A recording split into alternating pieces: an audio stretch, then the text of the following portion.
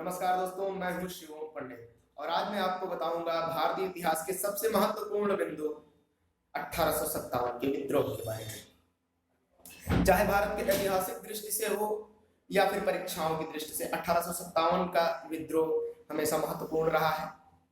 1857 के विद्रोह को कुछ इतिहासकारों ने सैनिक विद्रोह कहा, कुछ ने राष्ट्रीय विद्रोह कहा, कुछ ने धर्म युद्ध कहा, तो कुछ ने कहा इसे स्वतंत्रता संग्राम का प्रथम युद्ध। इसका कोई भी एक नाम रख देना उसका पूर्ण औचित्य सिद्ध नहीं कर पा रहा है। इसे सैनिक विद्रोह अगर केवल कह दें तो जाहिर है कि सैनिकों ने ही इस विद्रोह की शुरुआत की, परंतु केवल सैनिक ही पूर्ण विद्रोह में नहीं रहे। भारत के विभिन्न वर्गों ने इसमें हिस्सा लिया, लगभग पूरा भारत इसमें समाहित हो गया। इसे राष्ट्रीय विद्रोह भी पूरी तरह से नहीं कह सकते, जैसा कि बेंजामिन डिज़रायली ने इसे राष्ट्रीय विद्रोह कहा था। अगर इसे राष्ट्रीय विद्रोह कहते हैं तो इसमें भी एक पक्ष छूट जाता है, क्योंकि कुछ रियासतों के राजाओं ने अंग्रेजों का साथ दे दिया। अधिकतर पढ़े लिखे वर्ग भी इसमें शामिल नहीं हो पाए थे। वीडी सावरकर ने इसे सुनियोजित स्वतंत्रता संग्राम कहा, परंतु ये सुनियोजित स्वतंत्रता संग्राम भी नहीं कहा जा सकता, क्योंकि यदि ये सुनियोजित होता तो पूरे राष्ट्र को खबर होती कि ऐसा कुछ होने वाला है, जबकि क्रांतिकारी जहां जहां पहुंचते गए लोगों को वहां पता चलता गया। इसलिए सुनियोजित स्वतंत्रता संग्राम भी नहीं कहा जा सकता है। एस.एन. सेन ने अपनी पुस्तक 1857 में इसके लिए कहा कि यह धर्म के लिए शुरू हुआ युद्ध था, जो स्वतंत्रता संघर्ष के रूप में जाकर समाप्त हो गया। आर.सी. मजूमदार ने इसको कहा कि यह तथाकथित राष्ट्रीय संग्राम न तो पहला था, न राष्ट्रीय था और न ही स्वतंत्रता संग्राम था। आइए नजर डालते हैं 1857 के विद्रोह के कारणों पे। इसके विभिन्न कारण थे, जैसे राजनैतिक कारण, सामाजिक कारण, धार्मिक कारण, सैनिक कारण। राजनीतिक कारणों में सबसे महत्वपूर्ण दो कारण माने जाते हैं। एक, हड़प नीति, लॉर्ड डलहौजी की हड़प नीति, जिसे उसका व्यपगत सिद्धांत भी कहा जाता है, जिसमें जिस राजा के यहाँ वंश चलाने वाला पुत्र नहीं पैदा होता था उसके राज्य को डलहौजी हड़प लिया करता था।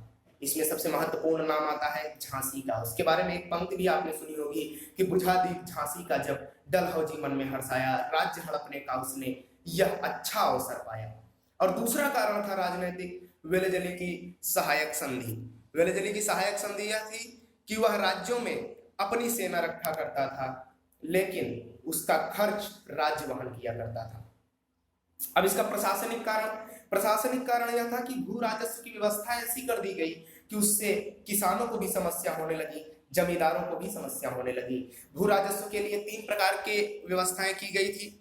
एक स्थायी बंदोबस्त, दूसरा रैयतवाड़ी और तीसरा महालवाड़ी व्यवस्था। इसमें कर को लगातार बढ़ाया जाने लगा।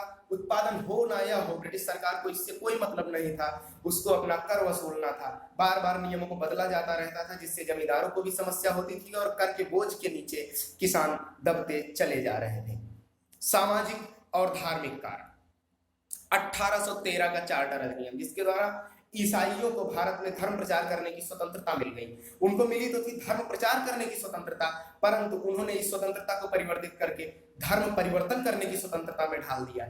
जिसको पैसा दे पाए, जिसको लोभ दे पाए, उसे लोभ दे करके धर्म परिवर्तन करवाया, और जो नहीं माना उससे जबरदस्ती धर्म परिवर्तन करवाया गया, जिससे हिंदुओं और मुस्लिमों दोनों को मन में विकट धक्का लगा। अब आया 1856 का धार्मिक नियोक्ता अधिनियम।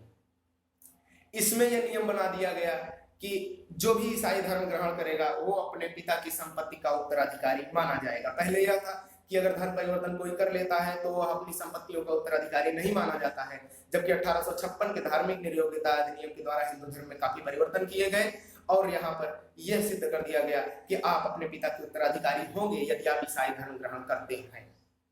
अब आते हैं सैनिक कारण, सबसे महत्वपूर्ण कारणों में से। भारतीय सैनिकों के साथ पूरी तरह से भेदभाव किया जाता रहा। उनको पदोन्नति नहीं दी जाती थी। कोई भी भारतीय सैनिक जवान या सूबेदार से ऊपर नहीं हुआ करता था। अधिकारियों के पद पे हमेशा अंग्रेज बैठा करते थे और नौकरों की तरह इनसे काम लेते थे। वेतन भी कम था, हमेशा ब्रिटिश सरकार के एजेंटों का वेतन ज्यादा रहा करता था और भारत के सिपाहियों का वेतन बहुत ही कम रहता था। 1854 के डाकघर अधिनियम से, ध्यान दीजिएगा महत्वपूर्ण बिंदु है, 1854 का डाकघर अधिनियम जब आया तो उसमें यह नियम पारित कर दिया गया कि सैनिक जो मुफ्त में चिट्ठियां भेज सकते थे, अब वो मुफ्त में अपने डाक नहीं भेज सकते, उसके लिए उनको शुल्क चुकाना होगा, जिससे सैनिकों में आक्रोश हुआ।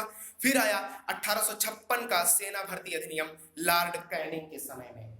यह भी महत्वपूर्ण है कि सेना भर्ती अधिनियम ने यह आवश्यक कर दिया कि भारतीय समाज के लोग जो हिंदुस्तानी सैनिक हैं उनके लिए यह अनिवार्य था कि वह ब्रिटिश उपनिवेशों में समुद्र पार जाकर के ड्यूटी करेंगे ही करेंगे, जो कि तत्कालीन भारतीय समाज में अशुभ माना जाता था। समुद्र की यात्रा कोई नहीं किया करता था। अब आता है तात्कालिक कारण। भारत में 1857 के राष्ट्रीय विद्रोह का तात्कालिक कारण सुस्पष्ट है कि 1856 में ब्राउन बैस बंदूकों की जगह एनफील्ड राइफल का प्रयोग किया जाना और उसके कारतूस में गाय और सुअर की चर्बी लगी होना। आज तक यह सिद्ध नहीं हो पाया कि यह खबर सत्य थी कि अफवाह थी, परंतु इसी खबर ने 1857 के विद्रोह को चिंगारी दे दी। हिंदू और मुस्लिम दोनों भड़क गए, क्योंकि गाय और सुअर का प्रयोग दोनों ही नहीं किया करते थे। 29 मार्च 1857 को आक्रोशित मंगल पांडे ने, जो कि 34वीं रेजिमेंट बैरकपुर के सिपाही थे, अपने लेफ्टिनेंट वाघ और सार्जेंट जनरल ह्यूसन की हत्या कर दी। उन्होंने गोली मारी दोनों को, लेफ्टिनेंट वाघ की मृत्यु हो गई और 8 अप्रैल को मंगल पांडे को फांसी दे दी गई। मंगल पांडे की फांसी के विद्रोह में 24 अप्रैल को मेरठ के 90 घुड़सवारों ने विद्रोह कर दिया, जिनमें से 85 को 10 वर्ष की सजा दे दी गई। अब इससे आक्रोशित हुए सैनिकों ने 10 मई को पूर्णतया स्वतंत्रता का विद्रोह कर दिया और 12 मई को वो दिल्ली पहुंच गए और दिल्ली पे कब्जा कर लिया। आगे का राष्ट्रीय विद्रोह का प्रसार मैं आपको दूंगा अपने अगले वीडियो में। तब तक के लिए जय हिंद, जय भारत, वंदे मातरम।